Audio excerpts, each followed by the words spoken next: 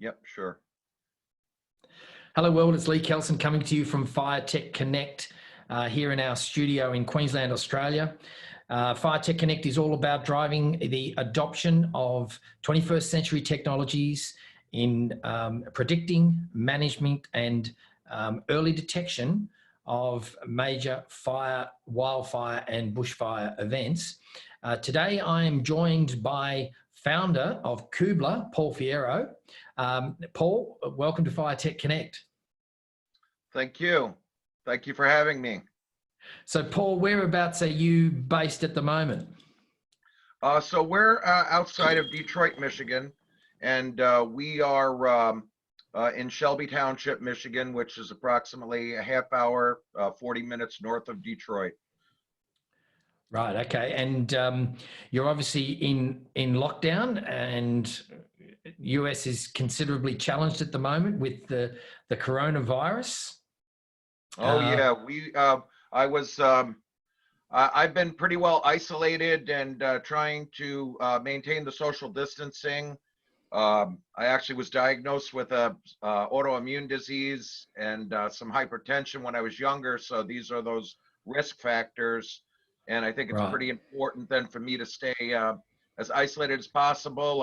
I've been using Zoom and all sorts of internet-based meetings to allow us to continue to work and continue to move everything forward.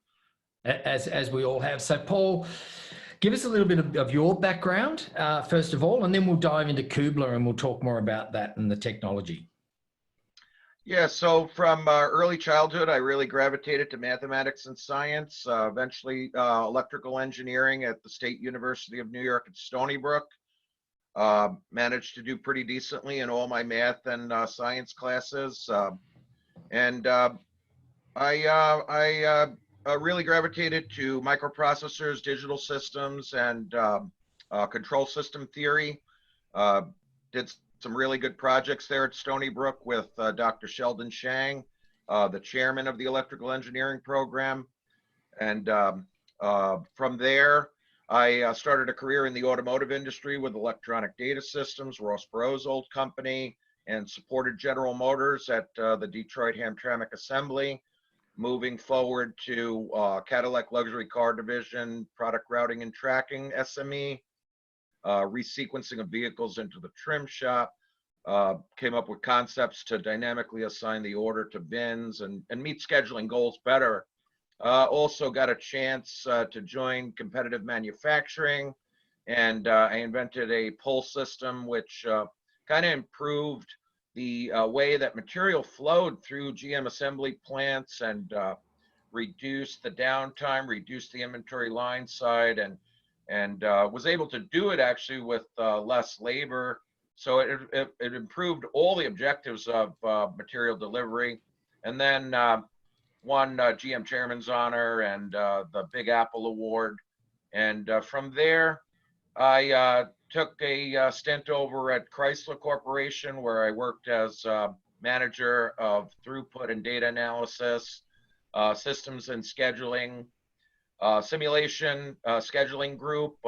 And then I went back into the plants, went back into the engine plant and was the material manager for material delivery. Did that for 2 years. And then I moved over to Mopar, where I predicted long-term forecasting for service parts. I would do the all-time buys, the final buys of parts where suppliers were parting ways with Chrysler, and they were saying, you know, you got to do a run right now. You got to do your last and final run. And they would essentially come to me for the high-dollar, high-risk parts, and I would have to estimate what the number was. And it was very challenging, but it wasn't really ideal for me because I like to be a little more value added and less theoretical and more practical. And I decided, why not try to improve traffic congestion? Why not try to improve the timing of traffic lights? And to try and do it without necessarily talking to the controller, let's just talk to what the cars are doing. Right. And that moved us into asking a question of why cars stop. and seeing if we could get cars to have a little bit more information. There are What, companies that do this, you know. why cars stop? What? Yeah, we were essentially, we were, it's like, you know, when you look at cars and acceleration and extra fuel usage and CO2 emissions, it comes from really stepping on that fuel pedal. Once you are in motion, if the body can stay in motion, that big massive vehicle can stay at a constant speed and therefore not burn that fuel and therefore not throw that CO2 into the air. Right. Um, you know, and my thinking was, let's see if we can build an app that learns the patterns. Let's see if we can build an app that helps people now. Let's see if we can get something that scales, you know, to many countries quickly, and build a real foundation to moving forward through, you know, optimization of those patterns. Um, See if we can, you know, just really help people with CO2 and making the driving a little more pleasant. Really So, wasn't. so, so Yeah, go sorry, ahead. Paul. What was the sort of the technology that you used in that? Like, how did you go about trying to understand that and solve that problem? So first and foremost, we had to build a traffic simulation so this way we could sort of look at what the data would look like to solve such a problem. And we built some simulations of cars moving around on a discrete event model. And we took that and we started creating the kinematic data or the motion data that would be then used and sent over to an AI math engine that would look at that data and come back and establish the pattern that seems to fit best. Right. And then supply that data to a phone app. So this way people could then get either acoustic cues or graphical cues that would let them know whether they were forecasted to be at the red light on arrival or at the green light on arrival. Right. Okay. And so out of that, sort of Kubbla evolved, did it not? Yeah, that's exactly right. I spent a fair amount of money. I gathered a little bit of investment and then started marching the technology through to where we are today, which is a decently working application. It hasn't scaled to a huge number of users. I mean, we're still, I think, in that point where we're going to do a proof of concept with a logistical company that has trucks. And it's really the trucks that really exhibit the most CO2. So it makes sense to start there because if you can improve 3 to 9% in fuel economy, that's huge. And Right. by focusing on truck drivers, we kind of make the case first to the fact that we're valid and functioning properly. Right. And so what's interesting, I think, is there's a lot of technology, and this is, just from my discovery over the last couple of months, that not necessarily started in the fire technology sector, if you like, or with a use case, but it seems that you've started at that traffic logistics management space using those technologies, but there is a really fantastic use case that you've got for the fire technology in the fire sector. Can you talk us through that? Yeah, absolutely. So on November 8th, I was in New York and I was preparing for my trip to California for a sales and venture capital kind of effort. And I saw the fire in Paradise on the 8th at my house in New York. And then I traveled by plane the following day to Los Angeles. And I didn't realize it because I was so busy working, but I went outside after 3 or 4 days and realized that there was a massive amount of smoke in LA. And Paradise, California fire was 550 miles away or 1,000 kilometers away. And I was like, what is the smoke? And they said, well, there's a huge fire up north. And then as we drove towards San Francisco, it obviously got more and more intense. It actually looked like a fog. You actually thought it was San Francisco fog, but it Right. wasn't. It was the fire. And it had a profound effect on me. I would say that I conveniently said, we will avoid traffic jams in the early morning and rush hour. We will avoid Manhattan traffic jams. We will avoid the evening rush hour. Trying to handle rush hour congestion is a no-win situation for Kubbla. Let's stay away from it. And now I'm smelling this fire. And as I studied the fire and what happened, I realized it was a gigantic traffic jam in some cases, 1700-degree conditions, with people on Pearson Road traveling from Prince Road near the hospital out to the Skyway. And I realized right then, wow, those people were in 1700 degrees in their cars, and they were just human beings trying to get away from this condition. What can we do differently about what happened here? And I started saying, well, we know how fast the fire moved. We know where it started. We know where it ended. We know roughly the density of people at 52,000 people. We know that by 8 o'clock it was on the border of the hospital, and we know by 12 noon it was completely through the town. So we know precisely what happened. We should be able to use our best minds, our best people, our best effort to go back in time, replay the event, and then begin to ask a question. How do we move maximum people in minimum time?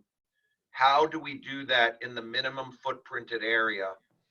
And then how do we build a logistical system that can do all this retroactively? How do we prioritize the customers, the citizens? How do we design real-time bus routes to pick them up? And this was sort of my progression. I go, you know, in order to find out what's possible, you have to be real, and you have to look at your problem and develop all the facts and axioms and principles about the givens, and then start asking the questions of what could we have done differently.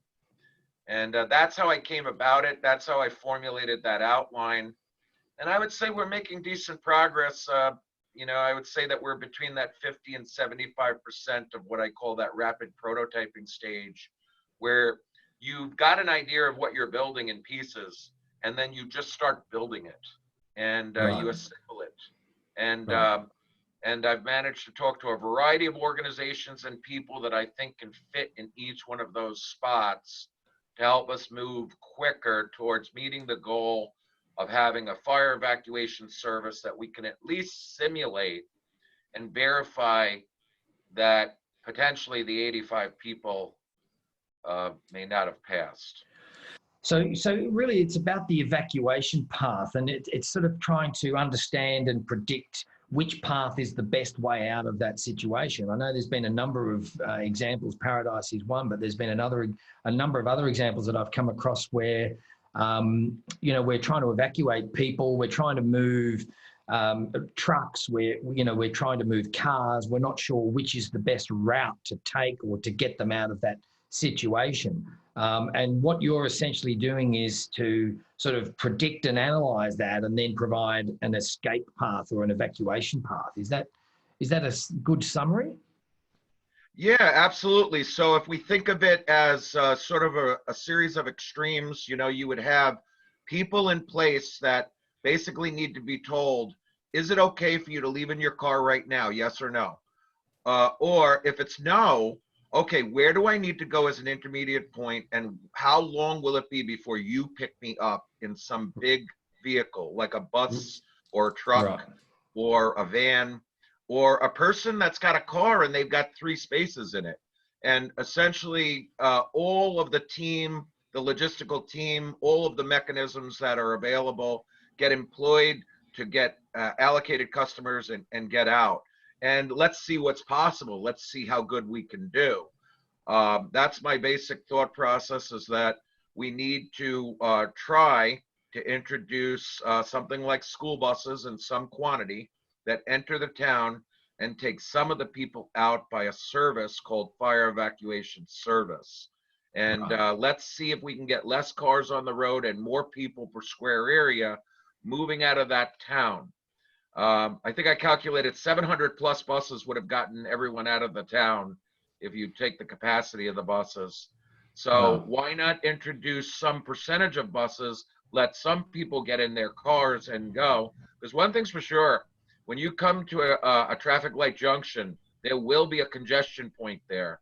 And policemen and fire folks and and traffic people need to go to that location and manage that junction. Well, we want to shift the paradigm back to Kubbla finishing the job here. Kubbla has to help people stay in those green zones. Kubbla has to let people know if they're going to stop or not. And I'm not saying it's an easy problem. It's certainly challenging, but we're looking forward to doing it.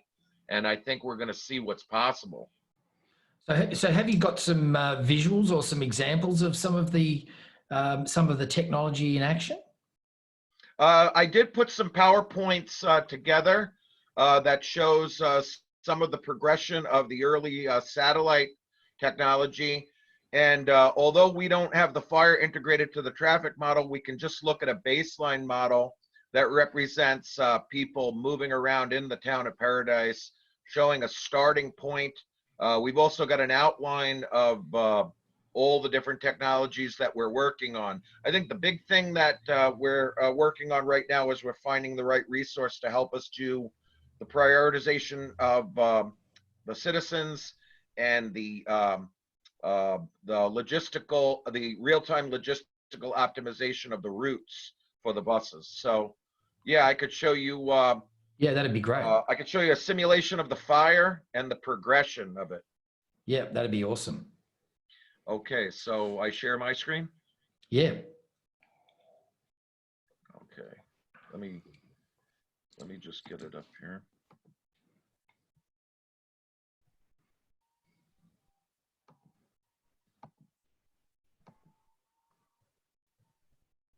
Okay.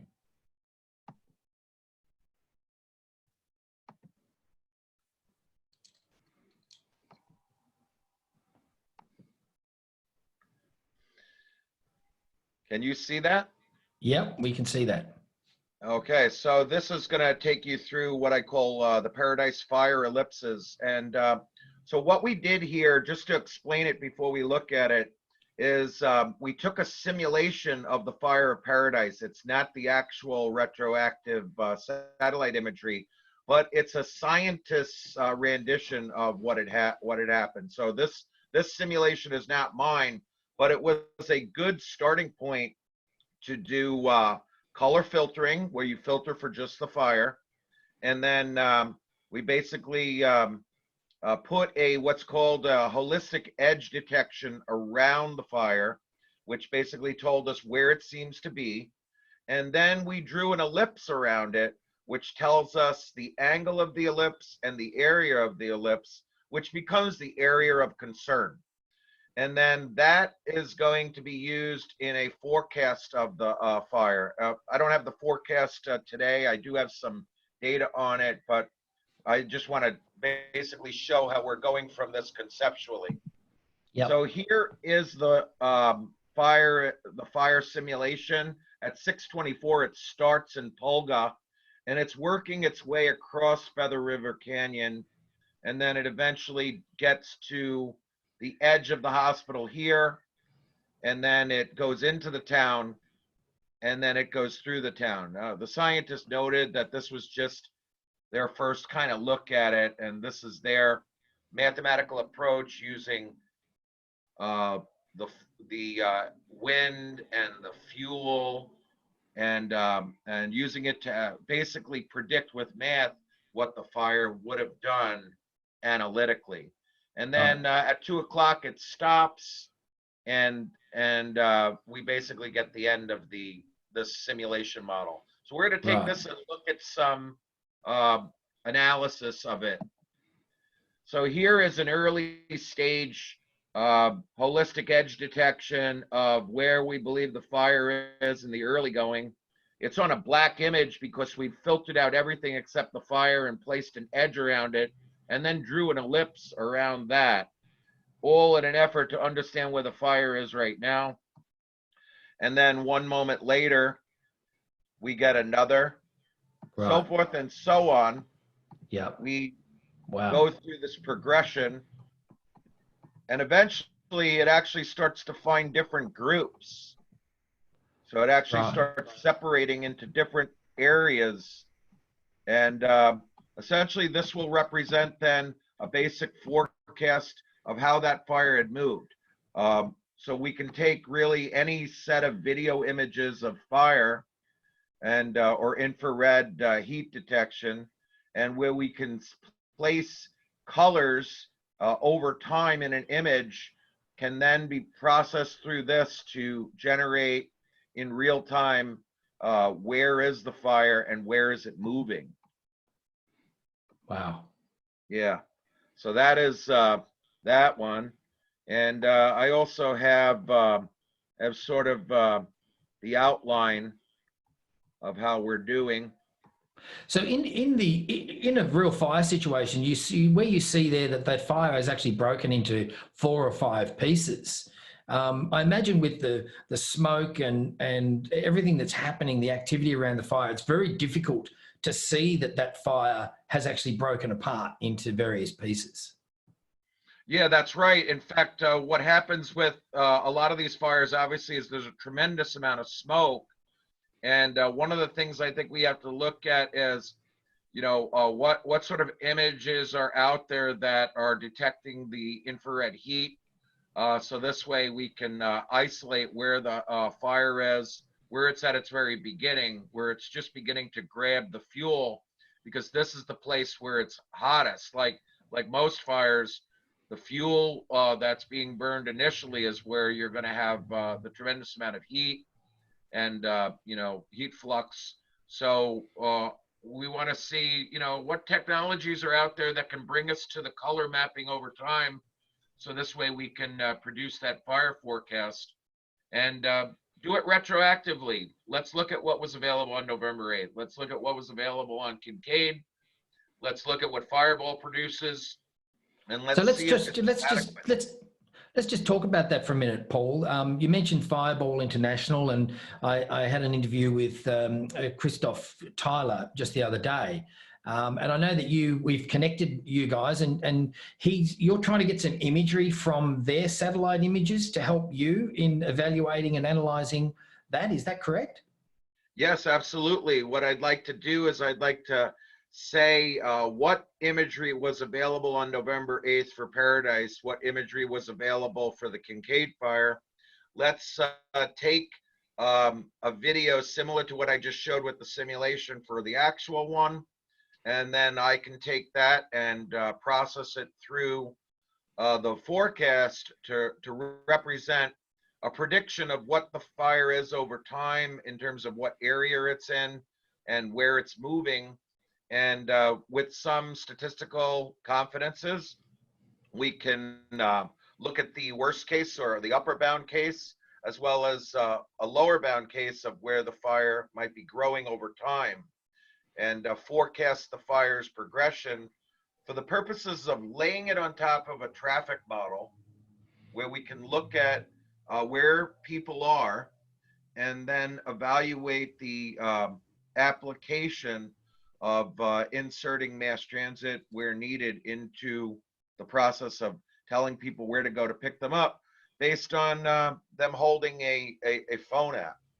And we're going to have to assume that there may be no electrical power, and we may have to assume that there's no cell phone towers.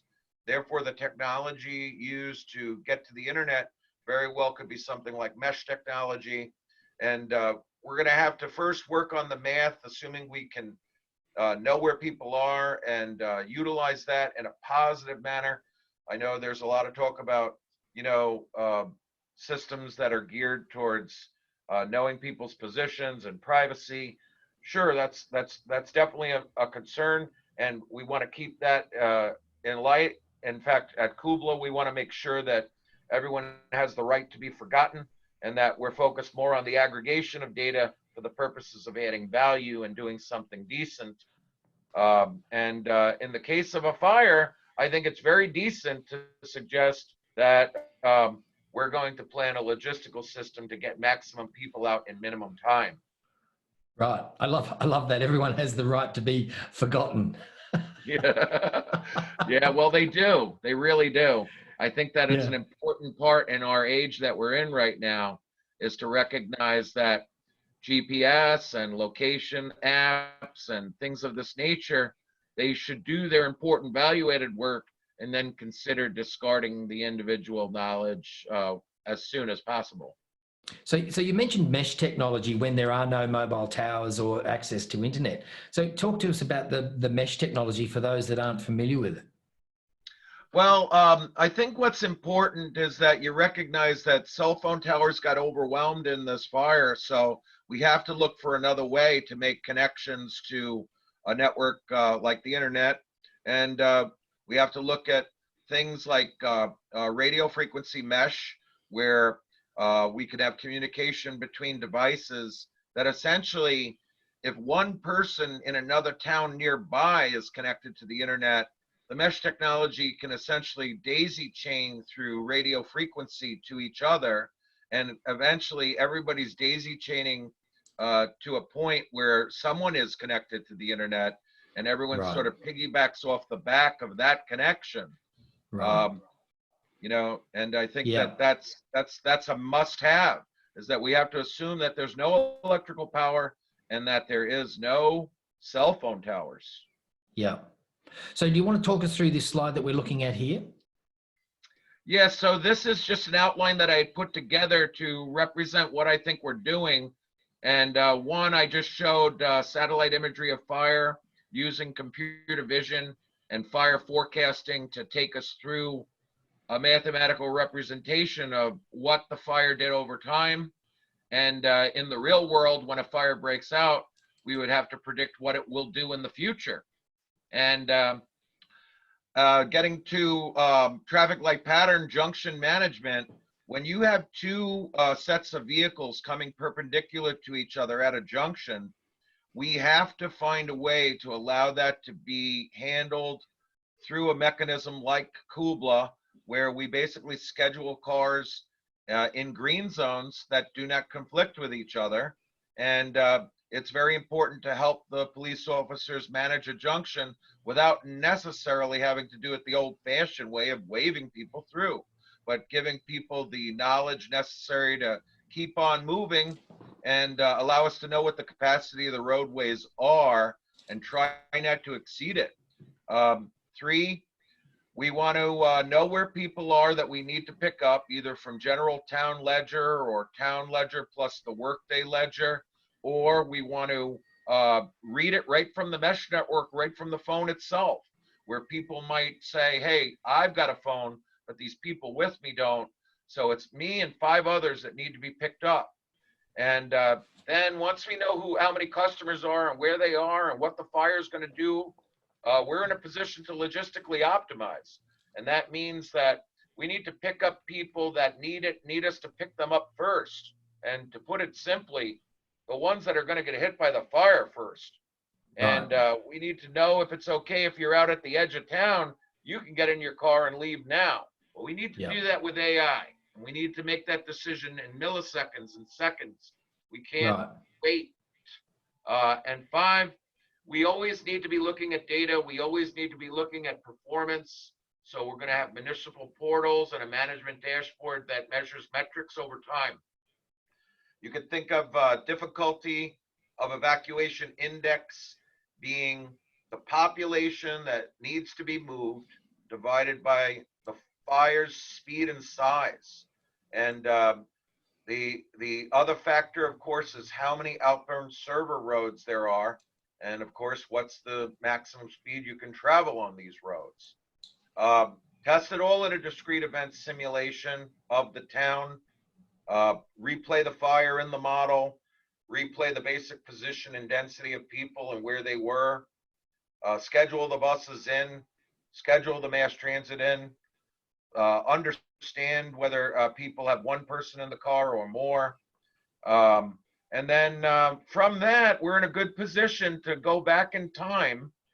And just like an Olympic athlete who's always challenging themselves to do better and better, we should be able to create synthetic fires that might be the same size but move faster and challenge us to, make the system more capable than even what had happened on that day. Challenge us to have the fire move twice as fast and really provide a service to towns and communities to find out what is possible if the fire was even more difficult. And then once we think we've got it, once Kubbla FES is functioning to the point that we think in simulation we're doing very well under those sort of scenarios and progression, participate in an actual macro test where we could actually go back in time, place the right density of people, and basically run a macro test as if the fire was happening. That's my thought process. Wow. Yeah. Fantastic. So where are you at the moment in terms of Kubbla, in terms of the maturity of the business? So we are developed to the point that we are engaged with a large logistical company in discussions to do a pilot. I would say that's at its early stages. There's a meeting scheduled 2 p.m. Eastern time tomorrow. I'm sorry, 2:30 p.m. Eastern time tomorrow, where we will talk to a logistical company. And I think I've formulated a plan and a discussion with them, which should put them in a pretty good position. It's sort of a no-lose situation for them. And that is, we would hire one engineer for 100 hours, 5 weeks, and we would spend 20 hours a week. And he would basically take the client application and simplify it to the point that no driver has to look at it. We'll just use it as a data collector while the truck drivers are driving around. We will learn the patterns, and we'll monitor that for a month or so. And then once they've reached the proper level of performance and trust, we will communicate back to them, okay, we're ready. We have a foundation for timing the traffic lights. Once that happens, we will then provide the information either through acoustic cues inside the phone app. So this way, nobody has to look at anything. We're just telling you what you need to do. And the truck drivers then can time the green lights better. And we will monitor how much money they are saving over time. We'll monitor a KPI dashboard for the management to review. And we will rank all the drivers in terms of their performance of how well they do at this game called timing red lights and saving fuel, saving CO2.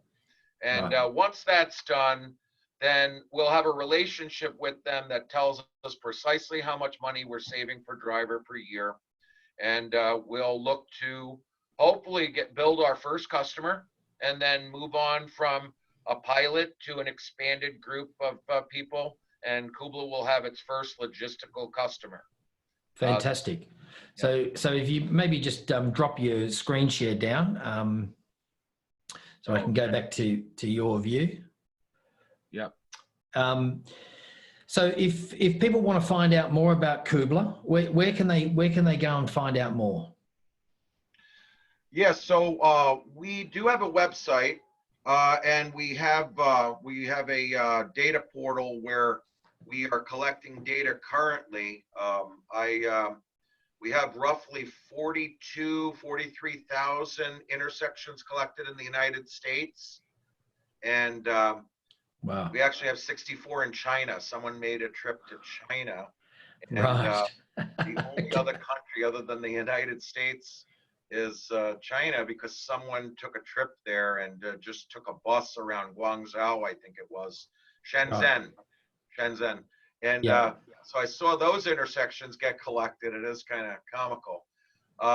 So we have a website, and we are in the process of basically figuring out how we can develop an API that other navigation systems can use, as well as developing a fun driving game for the consumer. Right, fantastic. And so what is that website, Kubbla?